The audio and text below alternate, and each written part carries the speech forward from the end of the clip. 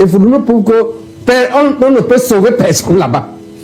Cette déclaration nous montre qu'il n'y a personne à sauver là-bas. Les petits Jacob sont là, le grand chef satanique de la République. Non, professeur, je vous en prie. Là, je ne suis pas d'accord. Nous n'assumons pas ces propos, je vous en prie. On viole les petites filles, on viole les petits garçons, on vole l'argent de l'État.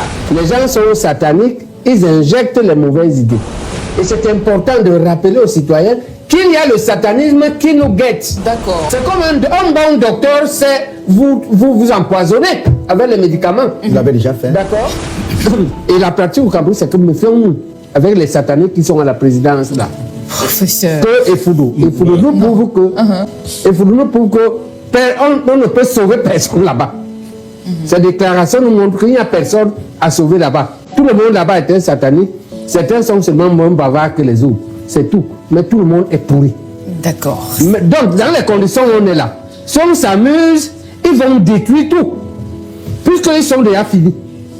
La question, c'est que il faut jouer de beaucoup d'intelligence et de sagesse pour qu'on les élimine avec le moins de dégâts possible.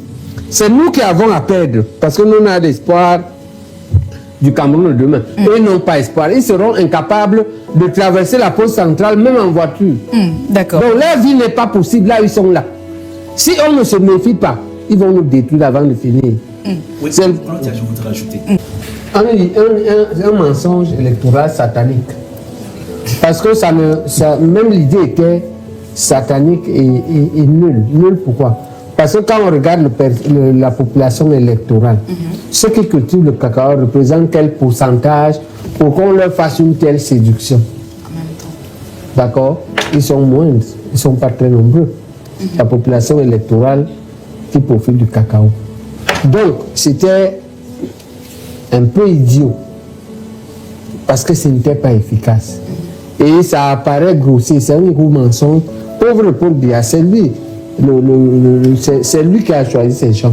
Et ces gens-là font beaucoup de choses par idiotie et par calcul bidon. Ils l'ont amené à dire qu'il peut acheter le cacao à 5200, mais en réalité, ça ne peut pas durer. Ça montre qu'ils sont nuls. C'est pourquoi il dit que c'est de vrais idiots.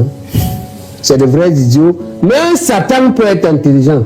Parce que le satanisme est une question éthique. Elle n'est pas une question de qualité de la réflexion du cerveau. C'est parce que on va revenir là-dessus dans le thème central. Les gens sont sataniques, ils injectent les mauvaises idées.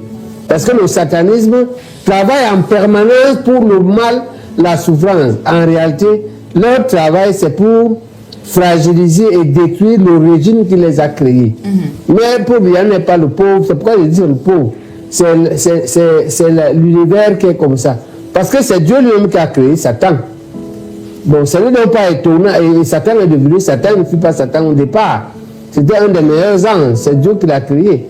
Et pour Biya, il a créé ces sataniques, ils sont devenus, ils n'étaient pas sataniques, peut-être pas de façon ostentatoire. Ils se révèlent, ils font des choses contre lui, ils font des choses contre jusqu'à sa famille nucléaire. Parce que les enfants disent ça, non? Nous allons rester voilà, sur... jusqu'à sa famille nucléaire, et c'est pourquoi je dis pauvre de lui. D'accord. Et il y a des techniciens compétents pour gérer le principe de la stabilisation. Qu'est-ce qu'on gère? Dans la stabilisation, on fait des réserves pendant les périodes de vaste grâce, où ça se vend très bien. On met à côté des réserves qui vont servir à compenser pendant les périodes difficiles où ça se vend mal. C'est le principe du grenier au village. D'accord? Maintenant, les gens amènent ça à la macroéconomie, les gens compétents pour ça. Et ce n'est pas que ces gens-là manquent. Le problème, c'est qu'un homme compétent, c'est comme un bon docteur, c'est vous empoisonnez avec les médicaments. Vous l'avez déjà fait. D'accord? Non, parce que quand on apprend la pharmacologie à l'école de médecine, il y a ce qu'on appelle les effets secondaires. Ok? Et vous surcharge avec... Je me demande si vous l'avez déjà fait. Je ne le ferai jamais. Mon éthique fait que même si tu me montres, je ne reste même pas ces gens d'école où on tue les gens.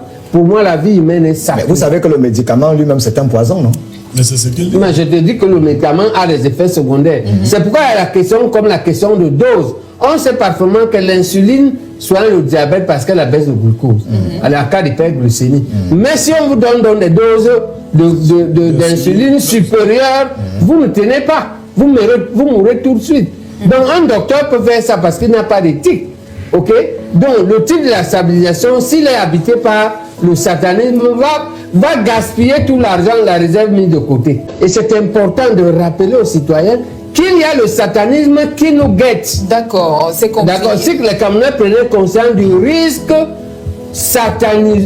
satanigène, moi je serais content parce qu'à ce moment-là, nous allons être plus vigilants pour échapper. Parce que lui ne dort pas. Ok?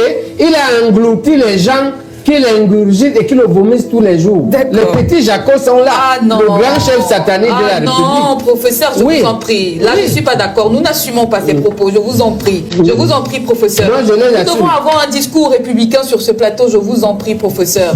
On viole les petites filles, on viole les petits garçons, on vole l'argent de l'État, on détruit même la politique du président, y compris sa famille. C'est ça le satanisme. On va jusqu'à détruire ses enfants.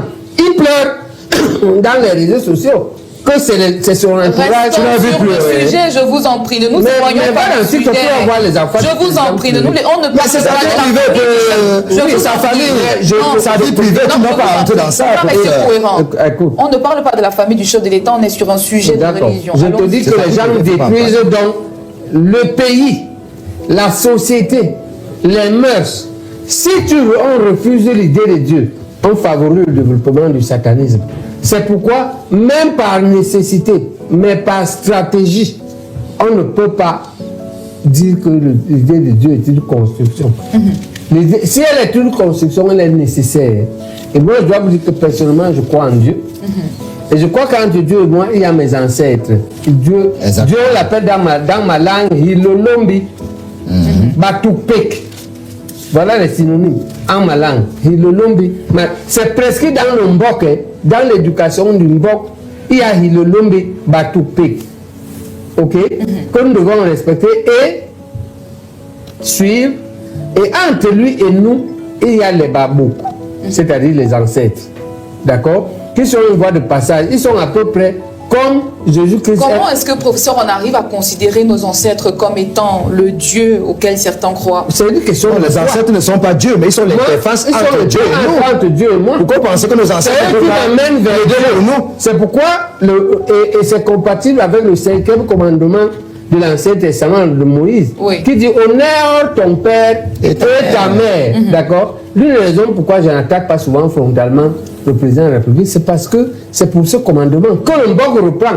Le Mbok reprend en disant que règle tes problèmes là-bas avec tes parents. Mais si tu amènes ici, on va vous sanctionner.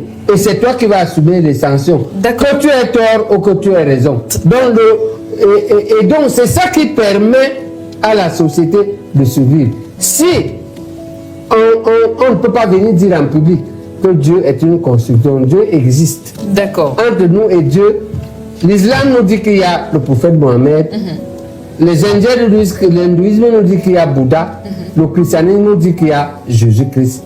Et les traditions comme le bon nous disent qu'il y a entre lui, Dieu et nous, nos ancêtres. D'accord. Et à côté de cela, nous donne un code éthique que si vous regardez bien, il regroupe au moins les 6 derniers commandements. Parce que les 4 derniers commandements de Moïse regarde ta relation entre toi et Dieu. Mais les 6 derniers, c'est tes relations entre ta propre personne, tes parents et le reste de la société. C'est le fondement. C'est là qu'il y a tu ne mentiras pas. C'est là qu'il y a tu ne seras pas jaloux. C'est là qu'il y a tu ne voleras pas. C'est là-dedans. C'est les fondements même de l'éthique.